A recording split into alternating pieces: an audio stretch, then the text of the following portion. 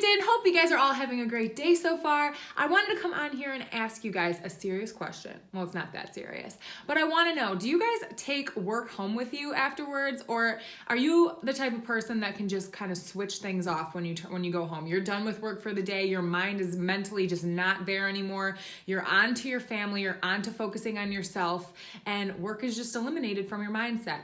Or are you the type of person that is constantly checking LinkedIn, is constantly sending emails, is constantly checking your phone for new text messages or voicemails to pop up? I'm wondering this because I do it myself, but when I check LinkedIn and I see people posting at crazy times in the morning, or I receive emails and sometimes even send them at crazy times in the evening as well, I'm just wondering, what do you guys do? What works best for you to get that switch flipped on, to go home and not stay at work mentally? So I want to hear from you guys. What do you guys do? How do you guys operate after work? Hope to hear from you guys soon. Bye.